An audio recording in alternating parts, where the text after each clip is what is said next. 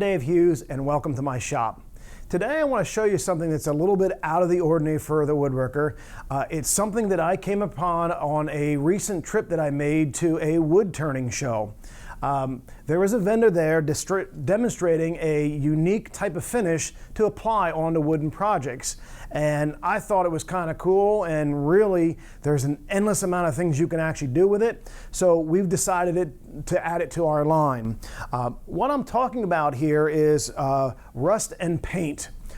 In other words, this is a paint that can be applied to any sort of project, whether it's wood, whether it's plastic, or anything that you're doing out in your shop, and create that patina that it's a metal piece that has been sitting outside for many, many years.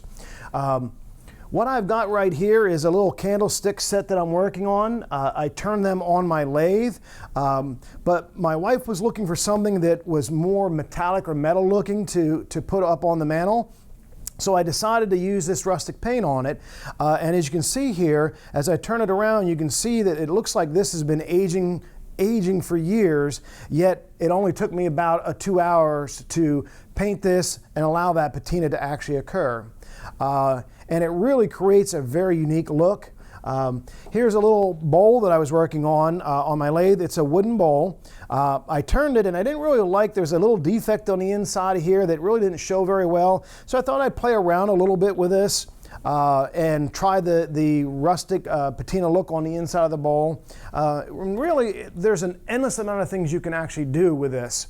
Now, the secret to this is that the paints that are inside the kit actually have metal particles that are suspended in the paint. You got to shake them up pretty good, and the way it works is real simple. I took on my scrap piece of paper here, I put a little bit of the copper down, and you can use a foam brush, you can use a sponge to apply it, and essentially all I did was just paint the inside, and you let that dry. That creates the metal or metallic surface on the project.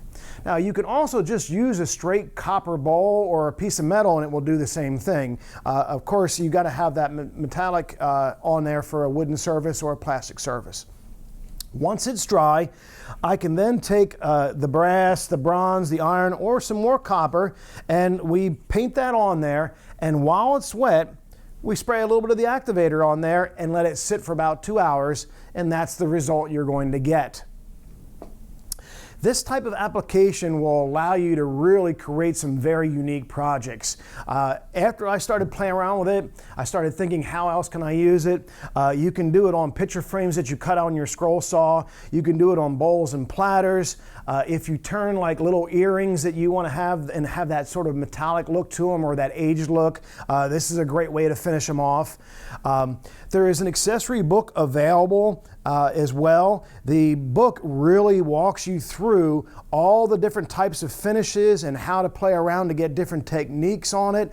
But it's an incredibly easy thing to do. We show it in the book here on picture frames. We've got wooden clock rings in here, little scroll saw cap that they cut out there. That's also wood. But it's a really unique way to finish up all types of projects. Here's a little bit more information about the technique. Hi everyone, my name is Cheryl and I'm the owner of 10 Second Studios. Today we're going to be talking about our Verde paints. Woodworkers and wood turners and all the people that are involved in the wood arts have suddenly discovered our paints, and so I thought I would do a video showing you some tips and techniques that you can do with our paints because they're very easy to use. They go on practically any surface out there. I've done it on clothing, I've done it onto shoes, I've done it on fabric, walls, I've done it on everything. There's just hardly anything that the paint won't go on and stay on, but it works beautifully on wood. So I want to show you some real cool tips and tricks for it, and just a couple of things, talking a couple of things about the paint itself. So let's get started. So we have a couple of things that we do at 10 Second Studios. We sell these paints, and like I said, this is our 2-ounce kit. You get 4 of the different colors. There's 4 different patina colors. One is brass, bronze, iron, and copper, and then you get a bottle of our patina agent. Nothing happens unless this stuff gets sprayed on top of it. So what I have here is a simple wood little plaque. I'm going to put some gloves on, only because this paint can get underneath your fingernails. If you're a guy, you probably don't care. But if you're a woman, you do. You want to totally shake your containers. These paints have metal particles that are suspended into the acrylic base, and they tend to float to the bottom. So you want to shake it really good every time you go to use the paints. They will separate because that's the natural progression of what the paint does. Now, if I'm going to paint something, I'm going to go, let's go and use the copper. I just pour a little bit out onto my surface, take a paintbrush and slap it on. You don't have to be real careful of where you're going, just get the paint on there. Now you can let this paint dry if you want to have one coat of paint on it. That's not a problem. You can also layer the paints. Now you don't want to mix the paints together, but you can go and layer the colors. And what I mean by that, I'm going to take my brass now, which I sometimes call gold because it looks goldy.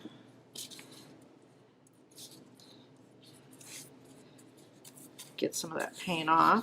Then I'm going to go in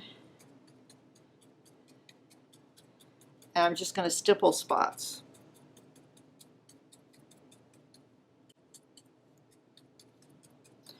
And you can see, I'll give you a little close-up of that, of how it's on there pretty molted-like. So I've got my copper, which is nice and smooth, and then I've kind of stippled on top of it the brass. Now I'm going to put a little bit of iron, because everybody loves iron. I'm going to put that on with my sea sponge.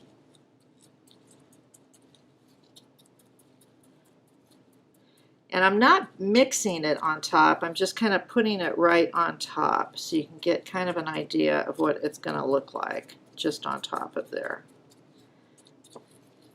Now the iron likes to overpower copper, so it will probably totally kill the copper down here. But if you let little bits and pieces of it come through as far as the copper goes, it'll end up looking really pretty. And you can go and get the copper on there and do a real thick effect also, and it would be really gorgeous too, because it then gets this crusty look, which is kind of cool. I'm just going to put that on top. Now, while that is wet, you want to go and take your patina. This is my crusty, rusty bottle that I have. In the kit, we send out, every kit comes with a spray nozzle, so you can put that on and use it. And then all you're going to do is spray the area. You want to be about 3 to 5 inches away from the piece when you spray. It doesn't have to look like a lake. You just want to totally cover all the surface that you have put the paint on.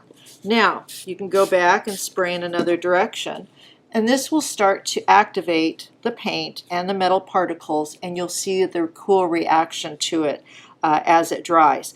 Iron is going to take a little bit longer than some of the other colors do, just because it's a thicker agent. It has thicker properties in it because of the iron paint, whereas some of the other colors are going to react and change pretty fast. Iron will take the longest. If you do not like the look of this and you want more of a reaction on it, you can always go, let it dry, paint on another coat, spray it again, and it will keep reacting. Now, one of the things about the reacting on it is you have no control over it. After it's done this, you got to walk away. It takes about 20 minutes, 20 to 30 minutes for it to do its bit, but like I said, the iron may take overnight. This cures within 48 hours, and then you can spray it with a sealer when you have it totally done. Like, I like to wait like a week before I spray it, but then I spray it with Valspar. I get it at Lowe's. You want to use something that is comparable for a water-based sealer to go on top of the water-based product that we have here. So that's basically how hard this is. It's super easy. You really have to just play and experiment with it and just go and see what it's going to come out looking like. You can see how it's already starting to turn. The copper is starting to turn a real cool effect on there, and the iron will be turning too. Now, I already did this piece, which shows you this is just a block piece of wood. Here is what the iron looks like. Here is the copper. You get that real pretty verdigris look. Here is brass, which you get kind of another shade. If you can kind of see the two greens there, they are a little bit off in color by a little bit. And then here is the bronze, which ends up having lots of blues in it with a little bit of green too. So it just depends on what you've put on there, the effect that it's going to come out with it. As you can see, I think if you get one of these kits at home and start playing around with it, there's really an endless amount of possibilities as far as the finish that you can apply to some of the simple turnings or simple woodworking projects that you have in your shop. And I think you'll really enjoy the effect that this gives you on your projects. I'm Dave Hughes, and thanks for watching.